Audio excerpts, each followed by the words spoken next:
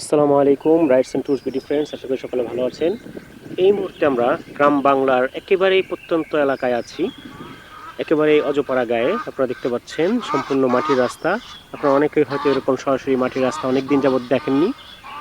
এপাশে আছে ধান ক্ষেত এবং ঠিক তার পাশে বিভিন্ন রকম গাছগাছালি।